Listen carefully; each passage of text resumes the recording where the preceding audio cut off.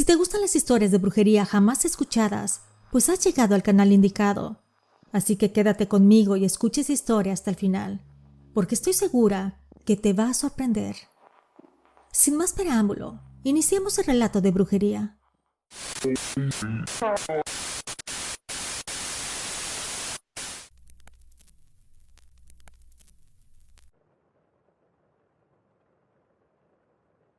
De niña yo creía que todos pensaban igual que yo, con intensidad, con rabia contenida, con deseos que con el tiempo se hacían realidad. Nadie me dijo que no era normal imaginar algo y verlo cumplirse. Nadie me explicó que hay pensamientos que no deberían pronunciarse, ni tampoco pensarse, porque una vez que se piensan, ya no hay vuelta atrás.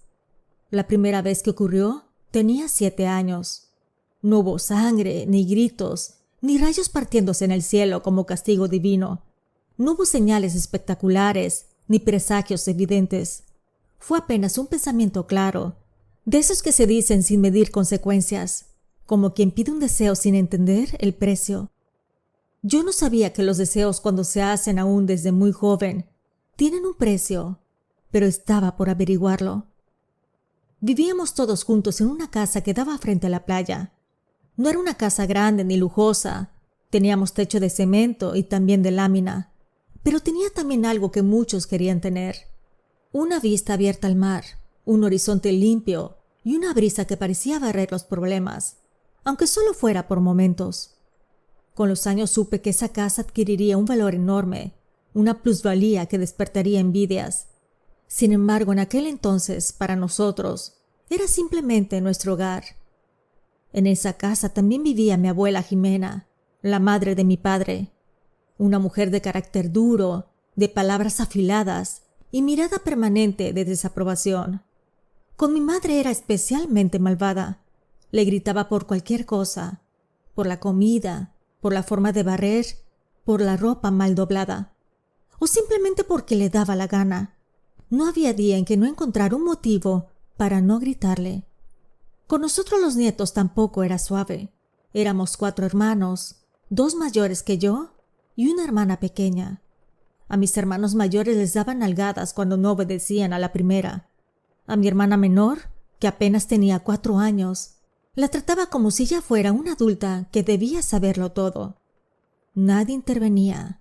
Mi madre callaba, no porque estuviera de acuerdo, sino porque en aquella época y en esa familia, el silencio era una forma de sobrevivir.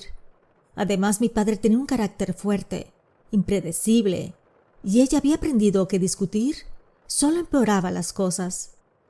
Aquella tarde mis hermanos y yo jugábamos a la pelota en la playa. El sol empezaba a bajar, tiñendo el cielo de tonos anaranjados y morados, y el mar reflejaba esa calma engañosa que solo existe antes de la noche. No teníamos preocupaciones. Corríamos descalzos sobre la arena húmeda, riendo, empujándonos, olvidando por un rato de todo lo que ocurría dentro de la casa. Cerca de las 6, escuchamos el grito de mi abuela ordenándonos que nos metiéramos. Decía que ya era hora de bañarnos. Su voz era inconfundible, dura, autoritaria, como si el mundo entero tuviera que obedecerle. Nadie se movió. Mi madre siempre nos dejaba jugar hasta más tarde. Eran los años 70, por lo que no había el miedo constante que hay al día de hoy, y en ese puerto casi todos nos conocíamos. Incluso era una costumbre dormir con las puertas y ventanas abiertas por el calor, y más porque muchos de los vecinos eran familiares. Mis hermanos y yo seguíamos jugando. El tiempo se nos fue sin darnos cuenta, y cuando eran cerca de las 7 de la noche, escuchamos la voz de mi madre llamándonos. El cielo ya estaba oscuro. Sin embargo, afuera había un pequeño foco que ella encendía todas las noches para alumbrar el patio, ya sea para que nosotros jugáramos con algo de visibilidad o ella se iluminara mientras colgaba la ropa en un tendedero, según que para cuando amaneciera estuvieran casi secas las prendas. Mis hermanos y yo entramos corriendo, aún riendo, con arena a los pies y sal en la piel.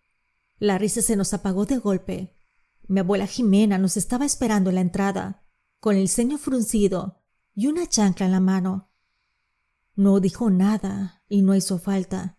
A cada uno nos dio un manotazo rápido, automático, como si fuera parte de una rutina.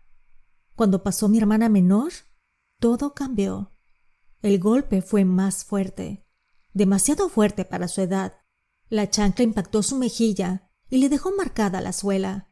Mi hermana rompió en llanto tocándose el rostro, como si no entendiera qué había hecho para merecer eso. Mi madre se tensó, lo vi en sus hombros, en la forma en que apretó los labios. ¿Se molestó? Claro que se molestó, pero no dijo nada.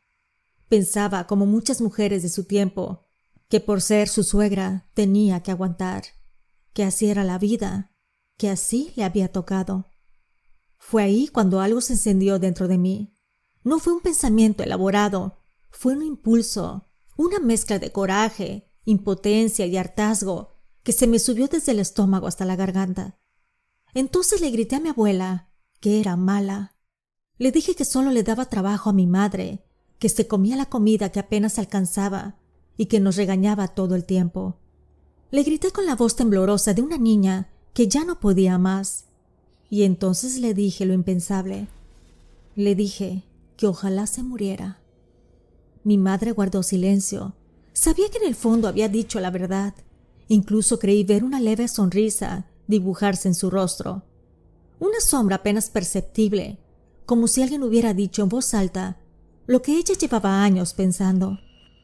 Mi mamá me llamó y me pidió que me bañara con mi hermana menor, que calentaría agua para mis 2 hermanos mayores en cuanto termináramos de usar la cafetera.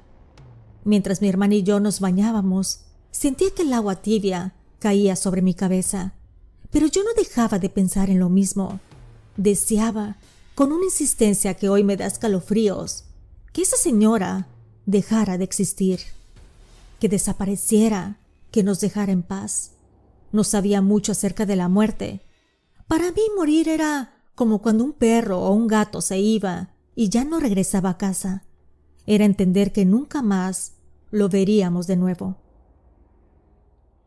Con 7 años, desear la muerte no era un acto de crueldad consciente.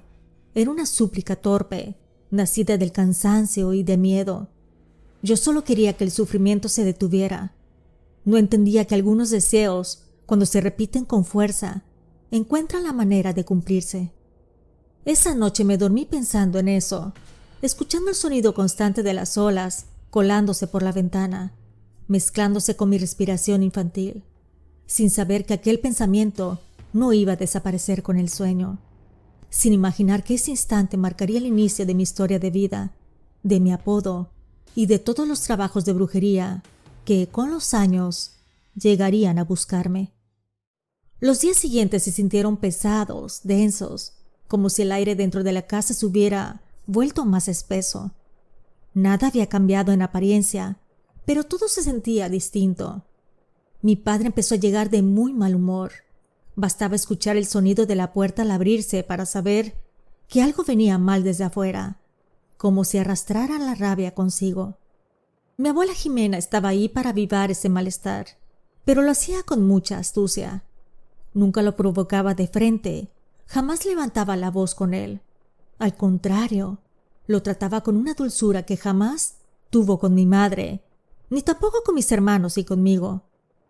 Por las noches cuando mi padre llegaba, ella ya tenía el café listo. Se sentaba a la mesa mientras él cenaba. Le preguntaba cómo le había ido. Lo escuchaba con atención, asentía con la cabeza, como si fuera la única persona capaz de comprenderlo. Mi madre intentaba sentarse también, participar en esas conversaciones, pero mi abuela siempre encontraba la manera de apartarla, sin que pareciera una orden. Le decía que sus hijos, es decir, nosotros, necesitábamos atención, que el trabajo de madre jamás terminaba, que así como ella estaba ahí acompañando a su hijo, la obligación de mi madre era estar con nosotros, asegurándose de que termináramos pendientes y que nos durmiéramos. Muchas noches después de que nos acostara mi madre, se quedaba dormida donde el cuerpo ya no le daba más, a veces en la hamaca de mi hermana, otras en el catre de alguno de mis hermanos. Dormía profundamente, rendida, como alguien que lleva años cargando más de lo que corresponde. Y era ahí, cuando ella estaba desprevenida, que el veneno de mi abuela Jimena hacía efecto. Al día siguiente mi padre amanecía peor que la noche anterior. Discutían por cualquier cosa. Había mañanas en que, sin decir palabra, aventaba el desayuno al piso con un manotazo lleno de rabia. Mi madre se quedaba inmóvil, con la mirada baja y recogiendo en silencio. Yo observaba todo desde un rincón, sintiendo cómo el coraje me volvía a subir por dentro, como una marea oscura. Mi abuela presenciaba esas escenas con una sonrisa torcida en el rostro. No era una sonrisa abierta, sino una expresión mínima, cruel, de satisfacción. Y en esos momentos, mi deseo regresaba con más fuerza. Deseaba una y otra vez que esa señora se muriera.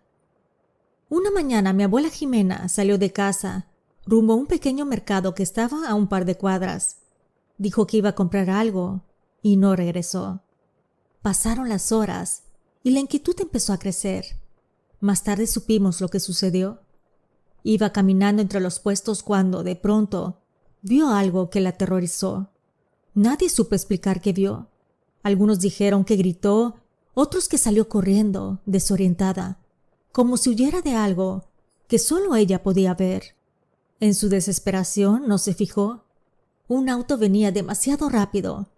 El impacto no la mató, pero la dejó gravemente herida. Estuvo hospitalizada varios días. Cuando regresó a casa ya no podía valerse por sí misma. Su cuerpo, antes fuerte y dominante, se había vuelto frágil y dependiente. Poco después le dio una embolia y quedó aún mucho peor. Durante 8 meses estuvo postrada en cama, y fue entonces cuando ocurrió algo que jamás olvidaré. La casa se sintió distinta, más ligera, más serena. Las discusiones disminuyeron. Mi padre comenzó a mostrar mejor humor. Platicaba con mi madre, reía de vez en cuando, y hasta hubo noches en que salieron solos al cine, como si recordaran que alguna vez habían sido novios. Mi abuela observaba todo desde la distancia de su cama. Veía cómo la vida de mi familia continuaba sin ella, y eso la llenaba de coraje.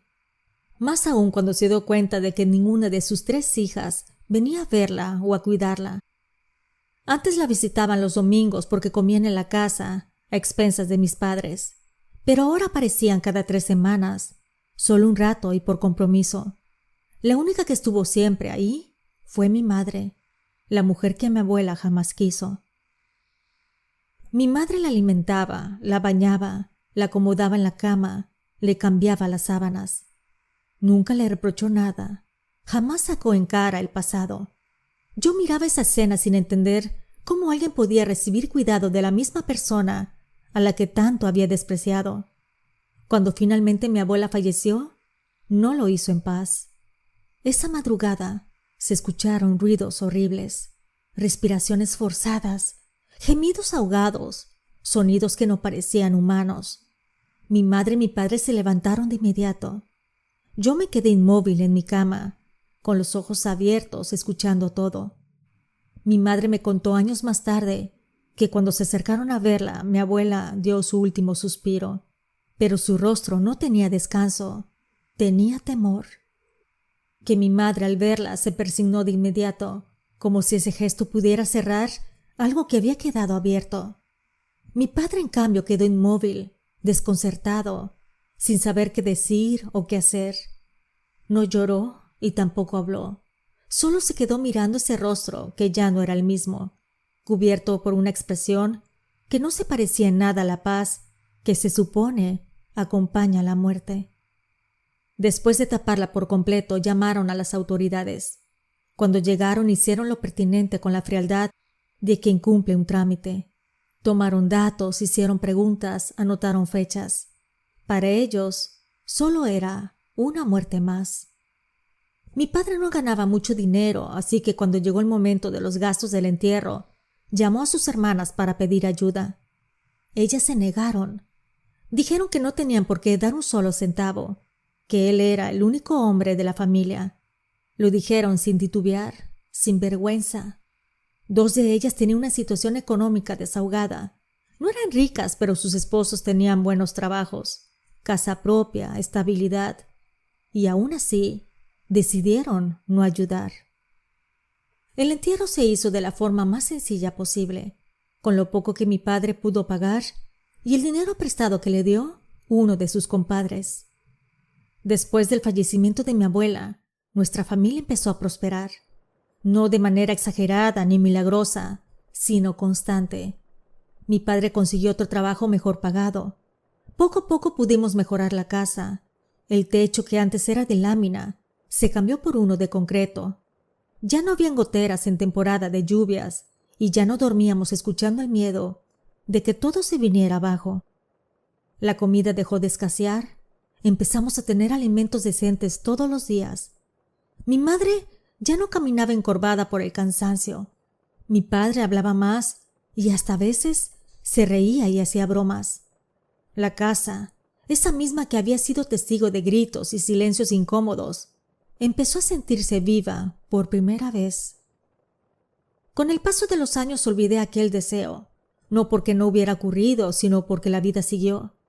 Yo crecí, entré a la adolescencia. Me preocupaban otras cosas diferentes, la escuela, las amigas y los muchachos. Así que lo ocurrido con mi abuela se fue quedando atrás, archivado en algún rincón de la memoria, como esos recuerdos que uno prefiere no tocar. Hasta que entré a tercero de secundaria fue entonces cuando todo volvió a mi mente. Mi padre empezó a comportarse extraño. Llegaba más tarde, se arreglaba más de lo habitual, sonreía mirando a ningún lado. Mi madre no tardó en descubrir la verdad. Mi padre tenía un amorío con una mujer que ella conocía. Mi madre, cansada y rota por dentro, le dijo que se fuera. Se lo dijo así, sin rodeos. Le dijo que estaba harta, que si quería estar con aquella mujer, que mejor se fuera de la casa. Mi padre la escuchó y aceptó. Hizo sus maletas y se fue con su amante. Recuerdo el día con claridad, la puerta cerrándose, el eco del abandono, el silencio pesado que quedó después. Mi madre se sentó y respiró hondo, como quien acepta una verdad que ya sabía desde antes. Y fue entonces con esa otra mujer, con la amante de mi padre, que entendí que lo ocurrido con mi abuela no había sido casualidad. ¿Por qué? Porque volvió a repetirse. Cuando mi padre nos abandonó, me llené de odio contra de él, pero más contra esa mujer. En las noches cuando me acostaba a dormir, rezaba para que mi mamá se sintiera mejor y para que la amante se muriera. De nuevo esa idea en la cabeza. Y fue entonces cuando recordé a la abuela Jimena, en cómo pensaba en ella cada noche, en cómo deseaba que estuviera fría y jamás volviera a pegarnos. Entonces me dije a mí misma que la amante de mi padre debía de correr con la misma suerte. Todos los días, a todas horas, pensaba en ella, no como un arrebato, sino como una rutina. Pensaba en cómo quería verla postrada, enferma, debilitada. Deseaba que sufriera, no tanto por crueldad, sino porque sentía que debía pagar en vida lo que había hecho. Y después, cuando ya no quedara nada que quitarle, que se desvaneciera, como si su existencia nunca hubiera importado. A mi padre dejamos de verlo. Estaba demasiado absorto en su nueva relación, en su juguete nuevo, como para preocuparse por sus hijos. No preguntaba y tampoco mandaba dinero. Mi madre tenía que ingeniárselas para darnos de comer y pagar los servicios. Eso hizo que el coraje se concentrara aún más en ella, porque para mí era claro. Su amante no solo se había llevado a mi padre, nos había borrado también de su vida. Así que con más ganas lo deseaba, con más fuerza, con más constancia. Pasaron las semanas y algo empezó a moverse. Nos enteramos, pero no porque mi padre nos dijera, sino porque el chisme corría más rápido que el viento. Que el amante de mi padre se veía mal. Que ya no salía con mi papá a beber los fines de semana, como lo hacía antes. Que ya no se sentaba en su sillón afuera de su casa por las tardes, para el chisme con las vecinas. Contaban que estaba acostada casi todo el día, con fiebres que no cedían, que no podía caminar bien porque le habían salido varices dolorosas en las piernas, tan inflamadas que apenas podía mover los pies. Decían que se quejaba de un dolor constante, profundo, que no le dejaba dormir ni tampoco descansar. Mi padre la llevó al doctor, eso también se supo. El médico la revisó de arriba abajo, le hizo estudios, le preguntó cosas, pero no encontraba nada extraño, nada que explicara ese deterioro tan rápido. No había un diagnóstico claro, no había una causa concreta. Sin embargo, esa señora seguía ahí, consumiéndose poco a poco, como si algo invisible le estuviera cobrando la factura. Yo escuchaba todo en silencio y dentro de mí no había sorpresa, solo una certeza fría. Yo puedo de alguna manera inducir a que las personas sufrieran y fallecieran a mi antojo. Mis intenciones son fuertes y por más macabras que sean, se hacían realidad. Esa mujer estaba pagando su karma, estaba pagando el haberse robado a mi padre y hacerlo eludir sus responsabilidades.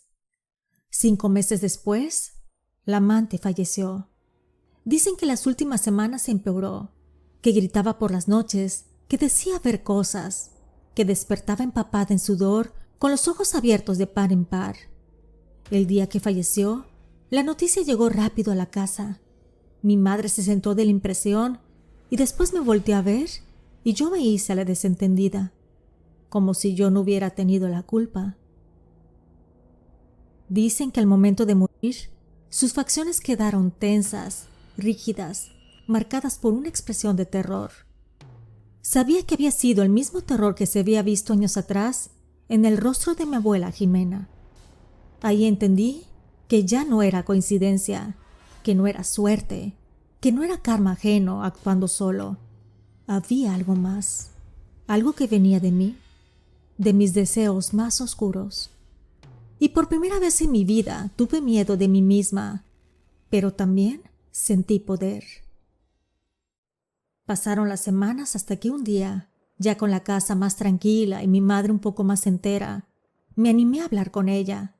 No fue una confesión dramática ni una escena de lágrimas. Fue una conversación torpe, dicha a medias, con palabras que me salían mal acomodadas. Le dije que sentía culpa, que había cosas que no eran normales en mí, que a veces pensaba demasiado fuerte en la gente y luego pasaban desgracias. Mi madre me cayó de inmediato, me dijo que no dijera esas cosas, que no jugara con ideas feas, que no atrajera desgracias con la boca. Y entonces fue cuando se me salió todo, como si algo dentro de mí se cansara de cargar eso solo. Le dije que lo que le pasó al amante de mi padre había sido por mi culpa, que yo había deseado su muerte, como le deseé la muerte a la abuela Jimena, que no sabía cómo explicarlo, pero que sentía que tenía un don o una maldición. Podía atraer la muerte, que me daba miedo, pero que también, de alguna forma retorcida, había sido algo que nos había salvado.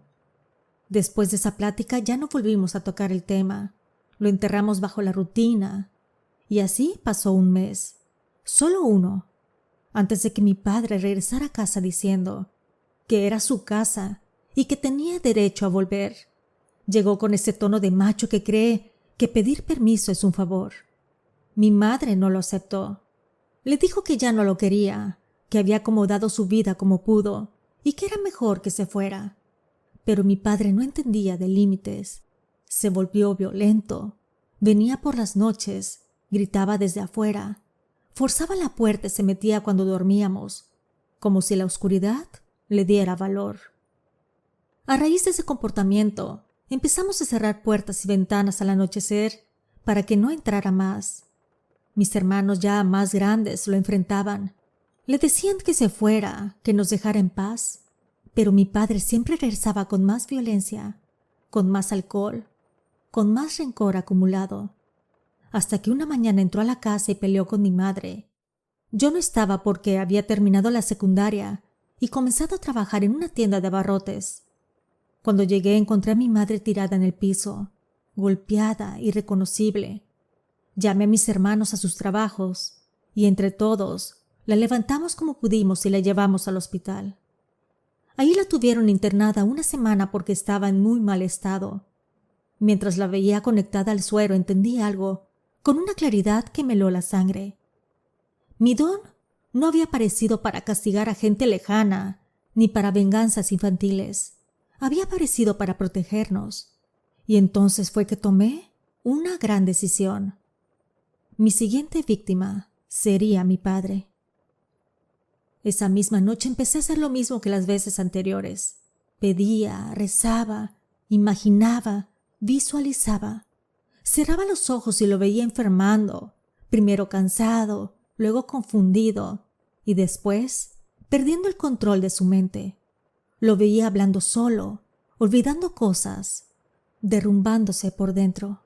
Repetía su nombre en mi cabeza una y otra vez hasta que se volvía pesado, hasta que sentí ese nudo conocido en el estómago, el mismo que siempre aparecía cuando algo estaba por cumplirse. Con el paso de los días mi padre empezó a verse mal, más irritable, más descuidado, más ausente, hasta que un día fue a trabajar en un estado anímico terrible. Estaba como desconectado del mundo, y ahí, en su trabajo, sufrió un accidente. No voy a entrar en detalles, pero fue suficiente para arrebatárnoslo. Como mi madre no se había divorciado legalmente, le dieron una pensión, además de los gastos para el velorio y una suma de dinero que le correspondía por ese trágico evento. No te voy a negar que sufrimos la pérdida. Era nuestro padre al final del día, pero también vi a mi madre convertirse en una mujer muy diferente, más tranquila, más libre, incluso más feliz. Ya no tenía que trabajar tanto porque tenía un dinero seguro mes con mes y comenzó a vivir la vida que siempre había querido para ella. Ese fue el parteaguas de mi vida con la brujería, el momento exacto en el que dejé de fingir que todo era coincidencia. Decidí buscar una persona que me enseñara a usar mi don, que me guiara y me explicara qué hacer con algo tan peligroso como poderoso. Así fue como llegué con la hermana Jenny, una curandera conocida y temida en el puerto. Era una mujer pequeña, pero con una mirada que atravesaba. Me sentó frente a ella y me indujo a algo parecido a un trance. Me preguntó muchas cosas. Quiso saber de mi infancia, de mis deseos, de mis miedos, de las muertes que habían marcado mi vida. Yo le dije todo, incluso lo que no recordaba bien. Al final me miró con una seriedad que nunca olvidaré y me dijo que tenía un don muy fuerte, que no era común y que bien trabajado podía ser provechoso. Dejé de trabajar y empecé a ir todos los días con ella para aprender y conocer. La ayudaba en muchos trabajos de brujería, sobre todo en aquellos que involucraban dinero, fallecimientos y venganzas. Con el paso de los años decidí independizarme. Ya tenía un esposo y un hijo, y me dije a mí misma que podía hacerlo. Mi esposo siempre supo la verdad sobre mí y me aceptó. Así que con él no tenía que ocultar nada. Cuando abrí mi consultorio comenzaron a llegar personas a buscarme, y a pesar de tener solo 27 años, ya me llamaban Doña Muerte. Después de que abrí mi consultorio, llegaron muchas personas en busca de ayuda, ya sea para curar algún mal, para destrabar algún problema o simplemente para ajustes de cuentas. La primera vez que la vi, supe que no venía por curiosidad. Llegó una tarde cualquiera, bien vestida, con el cabello arreglado y el maquillaje intacto.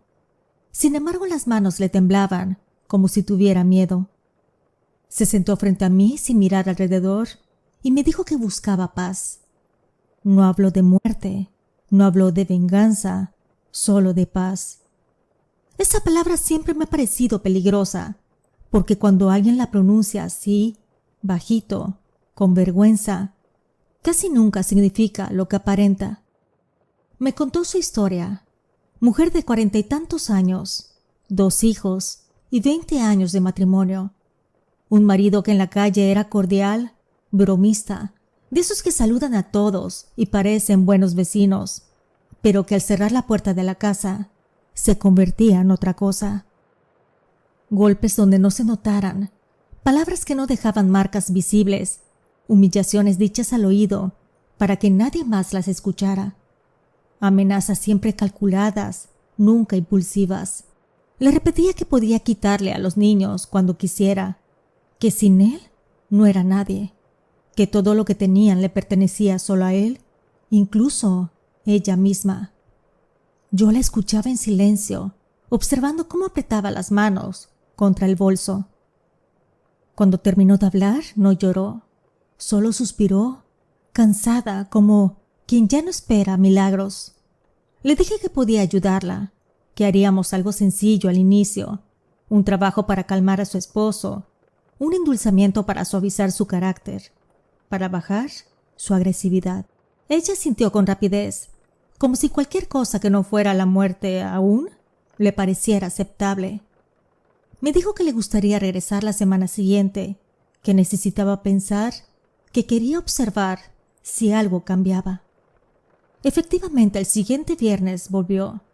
Su rostro era el mismo, pero algo en su postura había cambiado. Me dijo que su marido había mejorado un poco, que ya no gritaba tanto, que parecía menos irritable, pero que seguía siendo impredecible. Quería que fuera más cortés, más humano. También me dijo algo que se me quedó grabado en la mente, que sus hijos también le tenían miedo, que no era solo ella, que los niños se escondían cuando escuchaban las llaves, que se orinaban en la cama por las noches a causa del estrés y temblaban cuando el padre alzaba la voz. Ahí entendí que el problema no era un matrimonio roto, era una casa entera viviendo en un estado de guerra. Le propuse entonces un amarre y dominio, algo más fuerte, algo que lo mantuviera controlado, que los dejara en paz. Le advertí que esos trabajos requerían paciencia, que no eran inmediatos, que el proceso debía asentarse. Ella aceptó. La semana siguiente la cliente llegó distinta. Traía una férula en el brazo, caminaba con cuidado, como si el cuerpo le doliera completo. Me dijo que el esposo la había empujado por las escaleras durante una discusión absurda, que no lo denunció porque tenía miedo de que él cumpliera su amenaza y le quitara a los hijos. Me dijo que la vigilaba, que revisaba su teléfono, que controlaba cada movimiento, que se sentía enjaulada, atrapada en una vida que no le pertenecía. Fue entonces cuando me miró distinto. Ya no buscaba paz ni control. Con lágrimas en los ojos me pidió algo definitivo. Me pidió que le ayudara a que su esposo dejara de existir.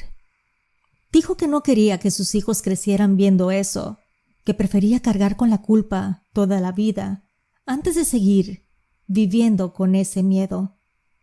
Le pedí una fotografía reciente de él y algo personal, algo que hubiera usado mucho.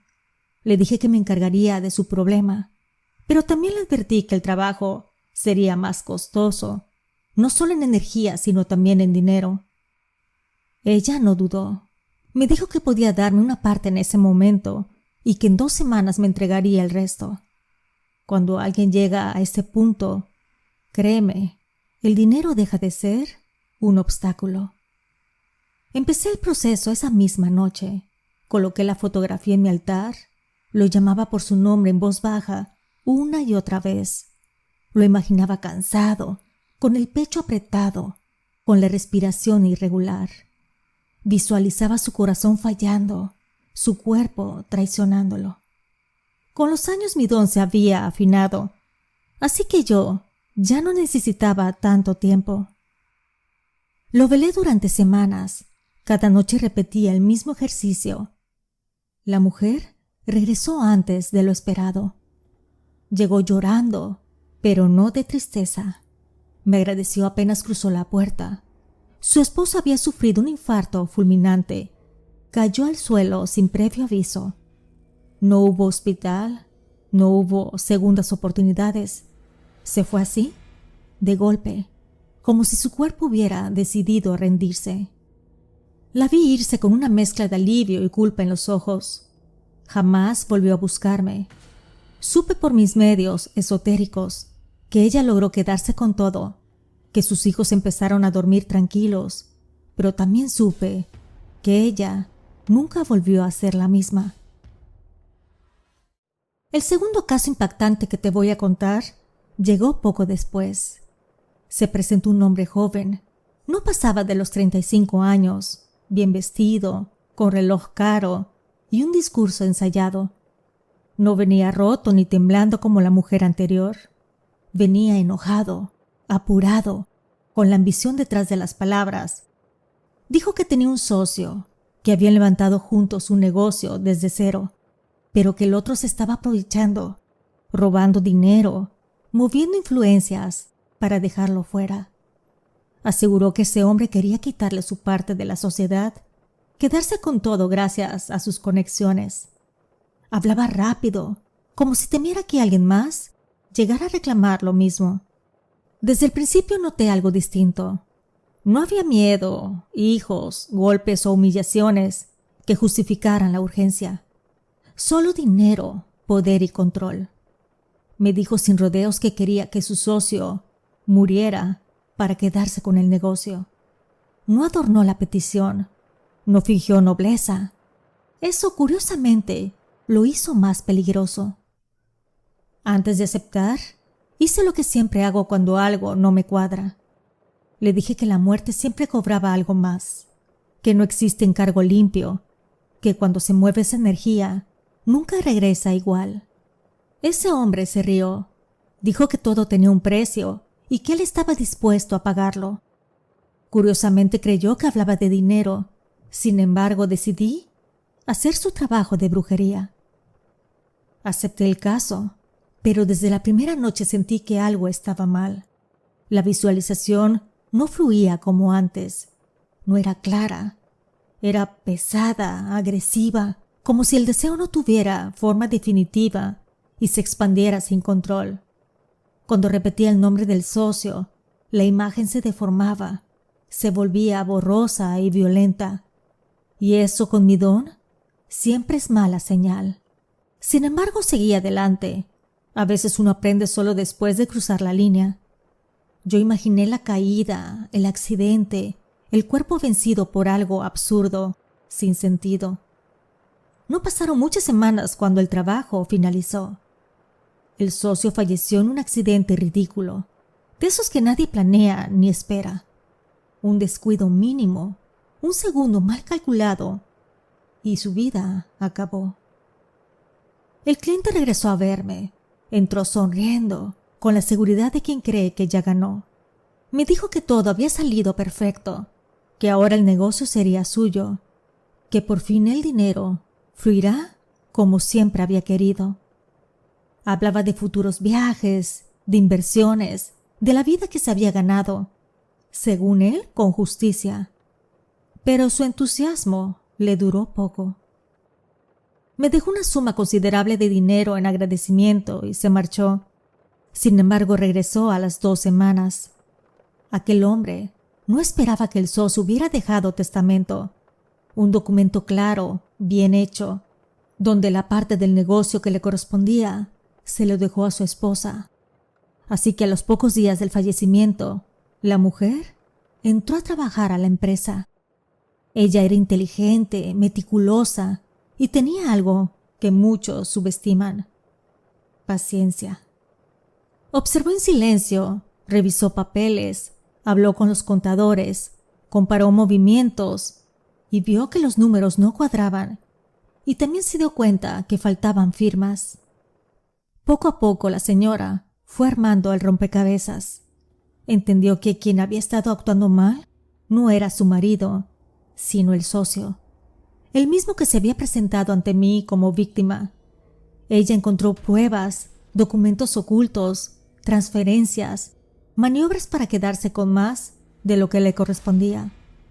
Todo salió a la luz con una precisión que ni yo misma había previsto. El hombre volvió a buscarme, pero ya no traía la arrogancia de antes. Ahora venía pálido, nervioso, hablando de persecuciones y traiciones. Me dijo que ahora quería que esa mujer dejara de existir. Sin embargo, le dije que no podía hacerlo, porque hasta yo tenía mis límites. La viuda tenía 3 hijos pequeños que dependían de ella. Y no estaba haciendo algo malo, solo cuidar el patrimonio de sus hijos y su sustento. El hombre me lloró e imploró. Incluso ofreció pagarme más dinero, pero yo le dije que no. Con el paso de los meses, ese sujeto terminó en la cárcel, no por la muerte del socio, sino por todo lo demás. Fraude, abuso de confianza, delitos acumulados durante años. Le dieron cerca de 8 años. 8 años de encierro para alguien que había querido controlarlo todo. Ahí comprendí algo, que a veces la muerte no es el castigo final. A veces solo es el inicio del ajuste.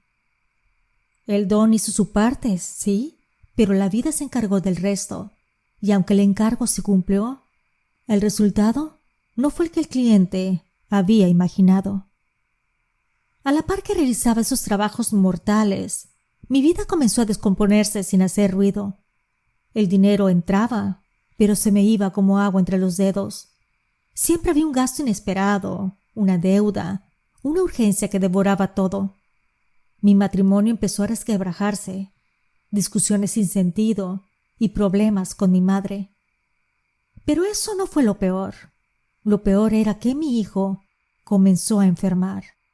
Primero fueron cosas pequeñas, gripas constantes, fiebres que iban y venían, pero después los médicos empezaron a hablar de debilidad, de defensas bajas, de un cuerpo que no lograba sostenerse del todo.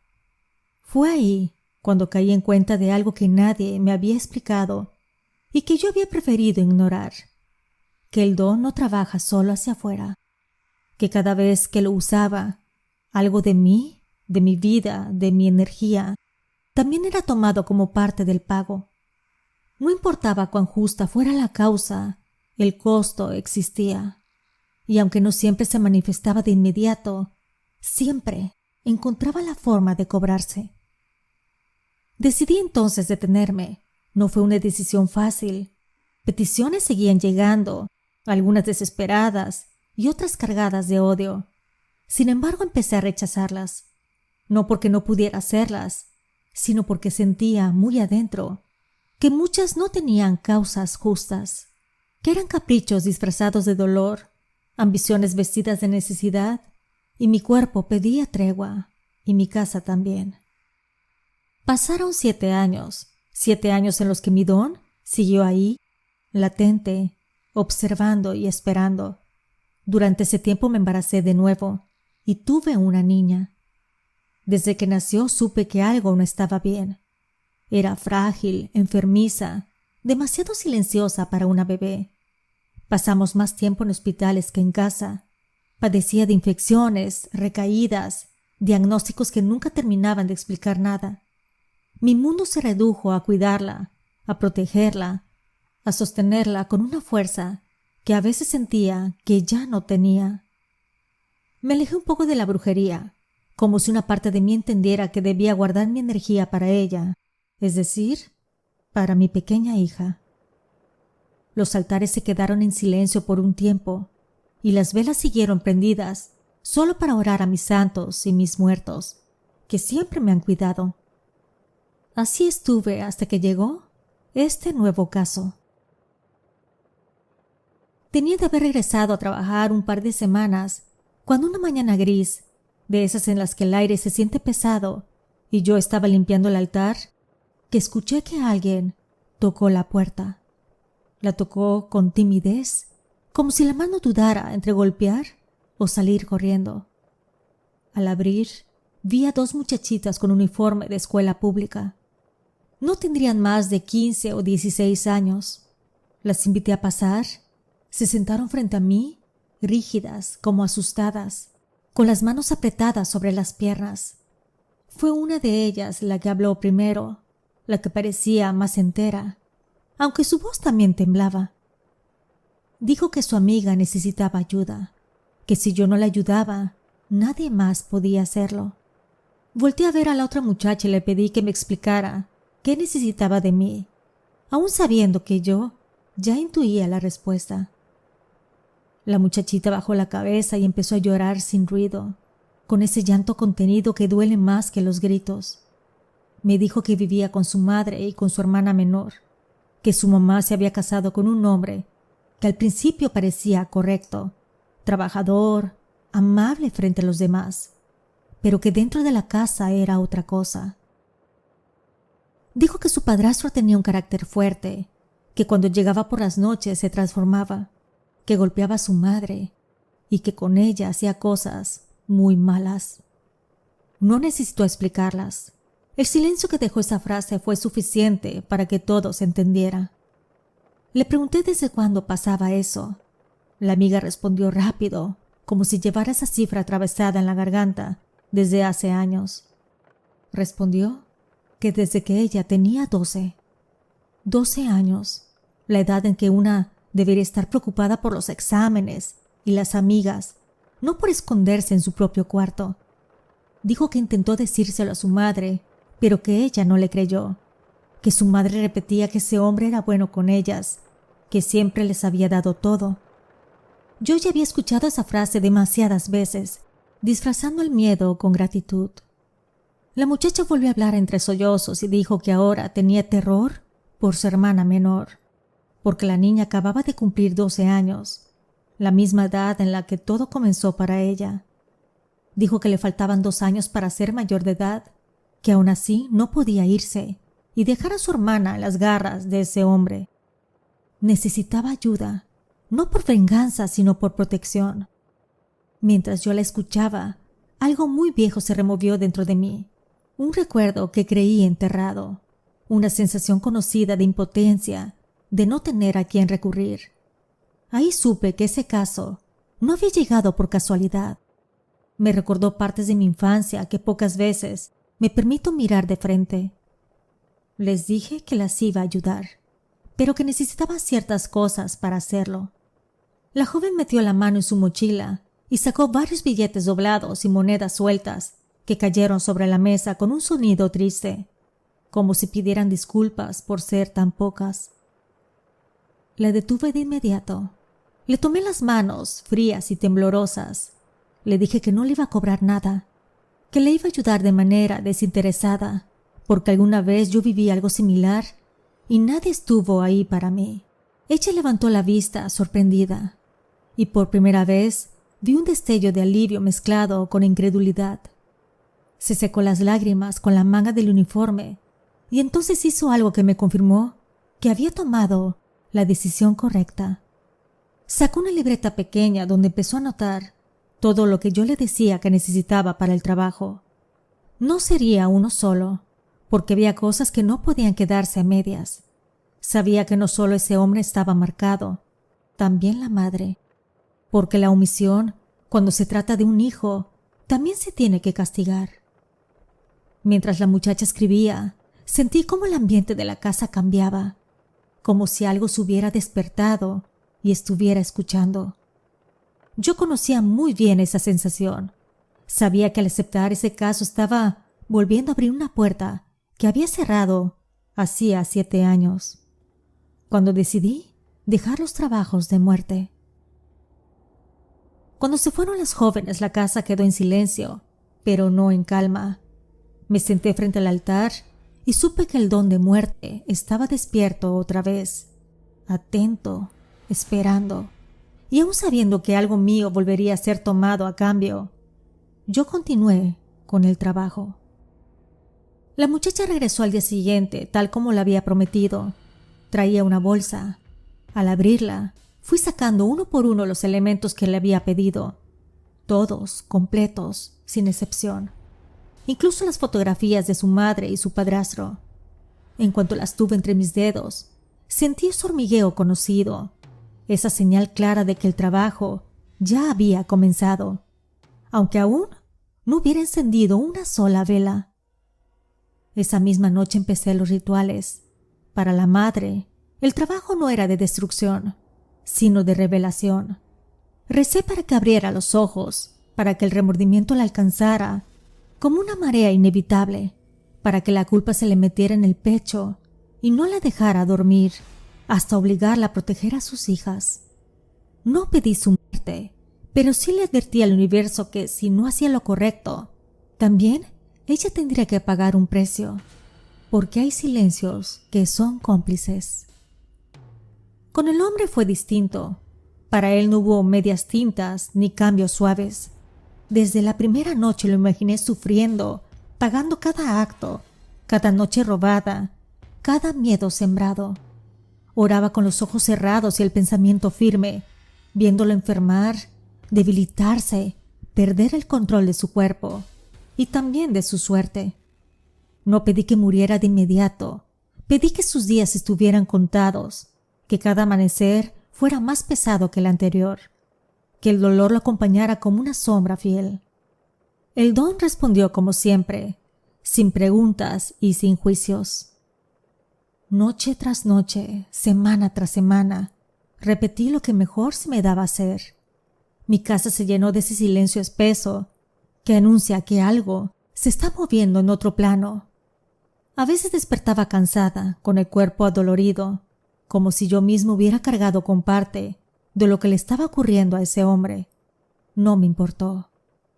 Sabía que el trabajo estaba avanzando. Lo sentí en la forma en que las velas se consumían, en los sueños que me visitaban, en esa certeza incómoda que se instala cuando el destino ya fue empujado. Casi al cumplirse 3 meses, la muchacha regresó. Esta vez no venía temblando ni con la mirada baja. Se sentó frente a mí y me dijo que traía noticias, y supe antes de que hablara que el ajuste había comenzado a cerrarse. Dijo que hizo en casa todo lo que yo le pedí que hiciera, cada paso, cada indicación, sin saltarse nada. Contó que su madre empezó a comportarse diferente, más atenta, más nerviosa, como si algo no la dejara tranquila. Empezó a tener problemas constantes con el padrastro, discusiones que antes no se atrevía ni a nombrar. Fue entonces cuando la muchacha volvió a hablar con su madre sobre el abuso, y por primera vez, en lugar de no creerle, su madre dijo que quería pruebas. Esa misma noche, la madre se acostó en la cama de la muchacha, mientras ella y la hermanita se fueron a dormir con unos vecinos. Cuando el padrastro llegó, ebrio como siempre, entró directamente al cuarto de la chica, confiado, repitiendo el mismo patrón de años. Se acostó en la cama y empezó a tocarla, convencido de que nadie lo vería. Fue entonces cuando la madre se giró y prendió la lámpara. En ese instante ya no hubo palabras que lo salvaran, ni mentiras que lo cubrieran. La muchacha me dijo que su madre lo corrió de la casa, pero que él no quiso irse, que gritó, amenazó, que intentó manipularla. Entonces su madre hizo las maletas y se fue con ellas a casa de sus padres. Al día siguiente fueron con un abogado y metieron la demanda por abuso. Los oficiales llegaron al domicilio y lo detuvieron. En los separos, las pruebas fueron suficientes y lo mandaron a prisión, solo para esperar cuántos años de encierro le tocarían. Pero ahí no terminó el asunto.